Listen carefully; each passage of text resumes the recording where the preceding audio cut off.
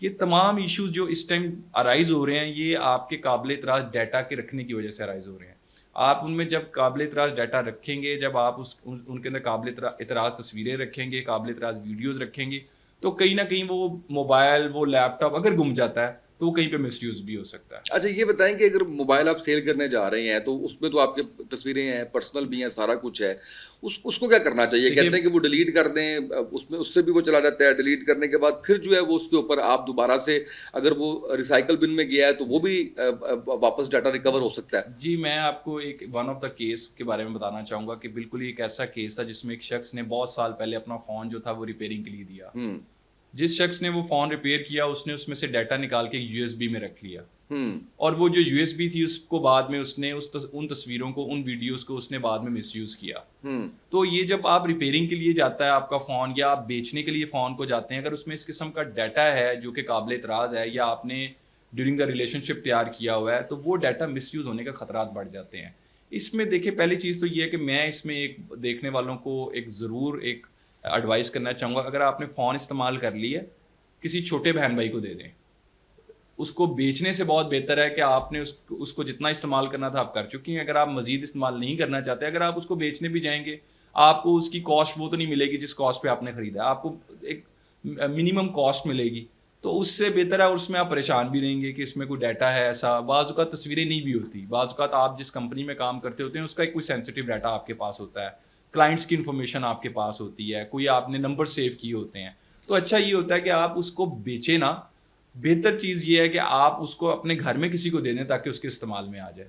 بالکل صحیح. اچھا یہ بتائیے گا کہ جو لوگ بلیک میل کر رہے ہوتے ہیں, خواتین کو کر رہے ہوتے ہیں, اور میں اس کو وائس ورسا کروں گا, خواتین بھی بلیک میل کر رہی ہوتی ہیں. اچھا وہ چیٹ کے اوپر ہو سکتا ہے, وہ تصویروں کے اوپر ہو سکتا ہے, وہ ویسے بغیر کسی اس کے جو ہے وہ ہو سکتا ہے, کوئی ڈیٹا ایڈیٹڈ کر کے جو ہے وہ کیا جا سکتا ہے. اس کے لیے آپ کیا سجیسٹ کرتے ہیں کہ کس طرح سے اس کو پرسو کرنا چاہیے؟ دیکھیے اسامہ صاحب, آج کے دور میں ایسے بہت سارے کیسز میرے دیکھنے میں آیا ہے جہاں پہ لوگوں کی ایڈیٹڈ تصویریں تیار کی گئی ہیں. میرے پاس بلکہ ایک ایسا بھی کیس تھا جس میں خاتون نے خودکشی کر لی, اس کی ایڈیٹڈ تصویریں تیار کی گئی ہوئی تھی, اور وہ خاتون جو تھی وہ بچوں کی ماں تھی, اور شی واز اے مدر, اور اس کو باقاعدہ طور پہ ان تصویروں کے تھرو بلیک میل کیا گیا. تو یہاں پہ میں یہ بتانا چاہوں گا کہ جس شخص کا بھی اگر کوئی ایڈیٹڈ ڈیٹا تیار ہوتا ہے, یا پھر اس نے ڈیٹا کسی کو بھیجا ہوا ہے, اس نے ڈیورنگ اے ریلیشن شپ کسی پہ ٹرسٹ کر کے ڈیٹا بھیج دیا ہے, اور وہ ڈیٹا مس یوز ہو رہا ہے, اب وہ اس سے بلیک میل مت ہو. اب عام طور پہ کیا ہوتا ہے, ایسا ڈیٹا جب مس یوز ہو رہا ہوتا ہے تو پیسے مانگے جا رہے ہوتے ہیں.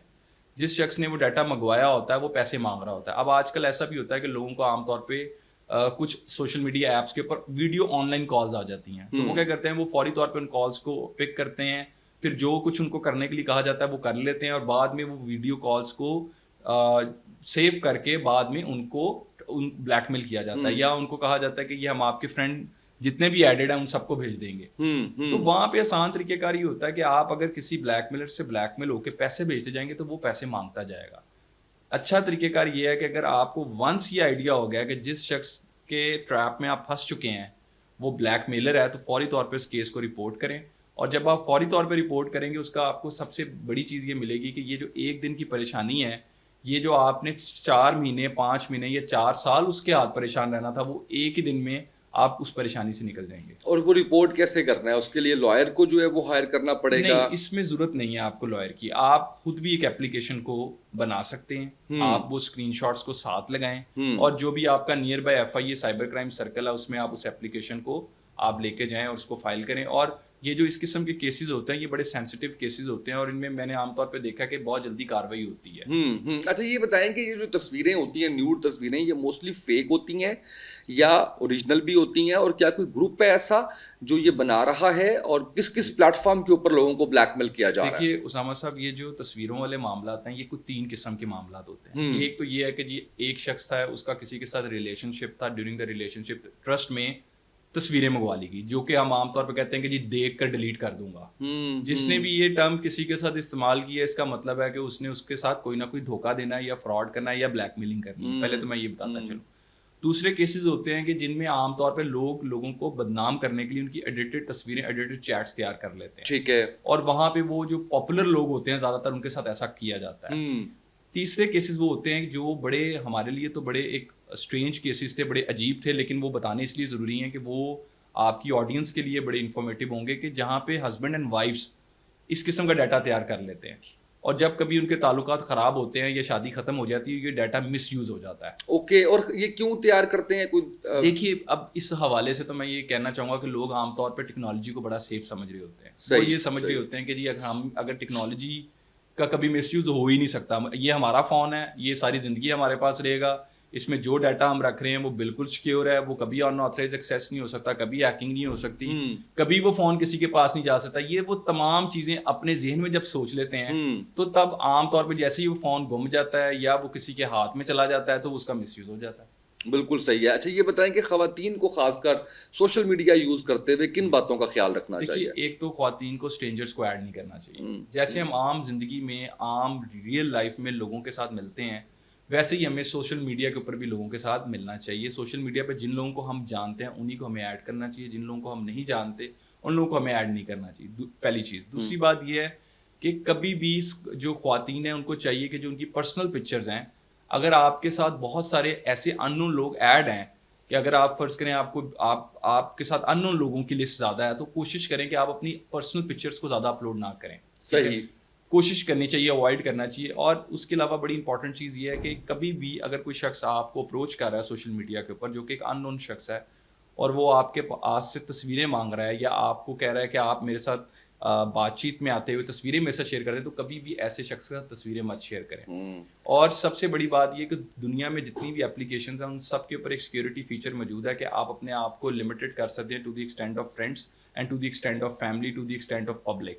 کوشش کرنی چاہیے کہ اگر آپ عام طور پہ اگر آپ کا کام اس نیچر کا نہیں ہے, آپ پبلک فگر نہیں ہے, تو کوشش کرنی چاہیے کہ آپ اپنے آپ کو لمٹ کریں to the extent of your friends. بالکل صحیح ہے. اچھا یہ بتائیے گا, ایک عام آدمی کے لیے کہا جاتا ہے جی گیم شو میں آپ کا انعام نکل آیا. اب میں تھوڑا سا فائنینشیل کرائم کی طرف آنا چاہ رہا ہوں جو کہ سائبر اس کے ساتھ ریلیٹ کرتا ہے. پھر کہا جاتا ہے جی آپ کا بھتیجا بھانجا میرے پاس ہے, میں پولیس سے بات کر رہا ہوں, میں فلاں ہوں, اور آپ مطلب آگے وہ کیا کرتے ہیں مجھے اس لیے نہیں پتا کہ جب ہمیں کال رہی تو ہم نے تو فوراً بند کر دیا, اس کو انشور کیا اپنے بچے کو.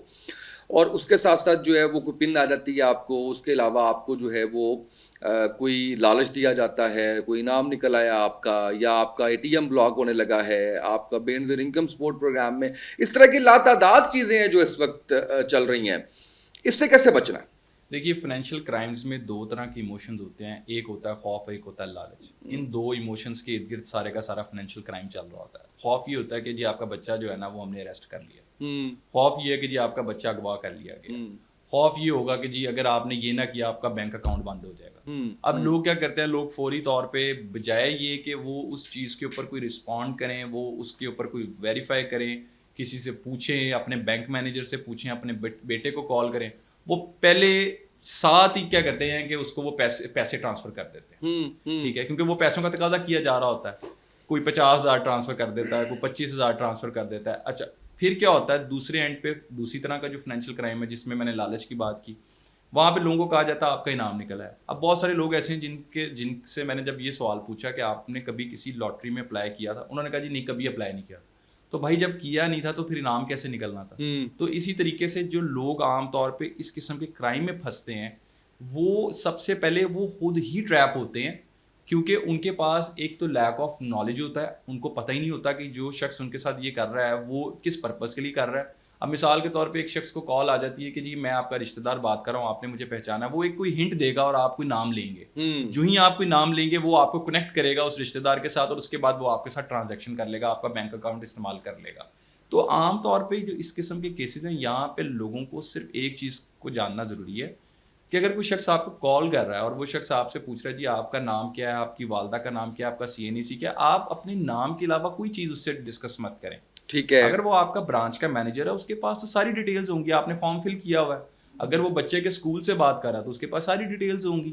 تو آپ جب اپنی انفارمیشن شیئر کرتے ہیں, اپنے بینک کے پن شیئر کرتے ہیں, اکاؤنٹ نمبر شیئر کرتے ہیں, آپ کے ساتھ تب ہی یہ کرائم ہوتا ہے جب آپ اپنی پرائیویسی کو خود جو ہے کمپرومائز کرتے ہیں. تو اس میں آپ کو صرف ایک چیز بچا سکتی ہے فائنینشیل کرائمز میں, کیونکہ جو اس طرح کے فراڈسٹرز ہوتے ہیں وہ جو سمز استعمال کرتے ہیں. اب میں یہ بھی بتاتا چلوں جو اس طرح کے کرائمز کے اندر سم استعمال ہوتی ہے وہ فیک سم ہوتی ہے. جیسے سوشل میڈیا اکاؤنٹ میں ایک فیک اکاؤنٹ استعمال کیا جاتا ہے کوئی بھی کرائم کمٹ کرنے کے لیے,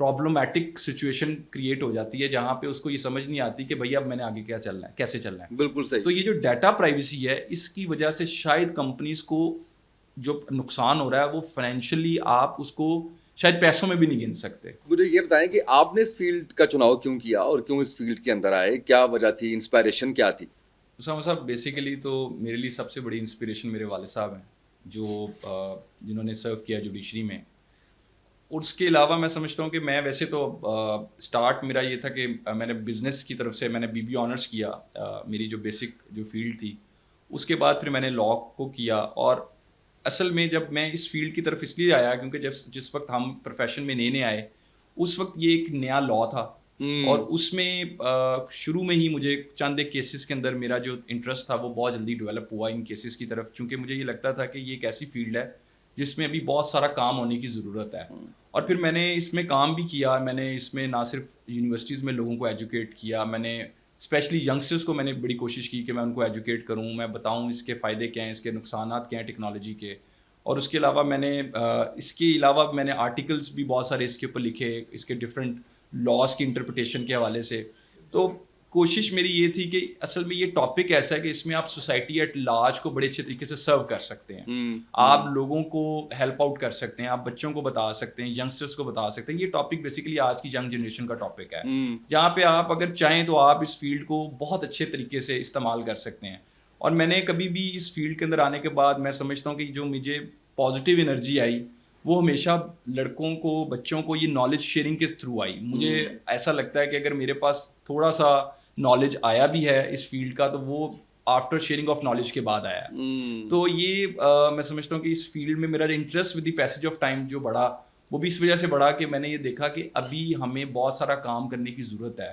ابھی بھی بہت سارے لوگ ہیں جو اس حوالے سے نہیں جانتے کہ سائبر کرائم کیا ہوتا ہے. صحیح. تو اس میں وکٹمز جو ہیں آپ کو پتہ ہے وقت کے ساتھ ساتھ بڑھتے جا رہے ہیں, ٹیکنالوجی وقت کے ساتھ چینج ہوتی جا رہی ہے, اور میں اتنا ہی اپنے آپ کو سمجھتا ہوں کہ ہمیں بینگ ایک رسپانسبل سٹیزن اس میں ایک بڑا اچھا کردار ادا کرنے کی ضرورت ہے. جہاں پہ سوسائٹی ایٹ لارج کو ایک اچھا رول پلے کرنے کی ضرورت ہے, وہاں پہ ہمیں ایک وکیل ہونے کے ناطے, ایک اچھا پروفیشنل لائر ہونے کے ناطے ہمیں یہ ضرورت ہے کہ ہم سوسائٹی کو سرو کریں by sharing our knowledge, by sharing the knowledge we have, تاکہ جو سوسائٹی ہے وہ اس قسم کے کرائم سے بچ سکے. بالکل صحیح ہے. اچھا, ہم جب لاس کی بات کرتے ہیں تو لا تو کوئی بھی برا نہیں ہے, غلط نہیں ہے, اور شاید تمام چیزوں کو ایڈریس بھی کیا گیا ہے ایون ہمارے آئین پاکستان میں بھی, لیکن اس پہ امپلیمنٹیشن اس طریقے سے نہیں ہوتی. اس پہ زیادہ بات ہم نہیں کر سکتے.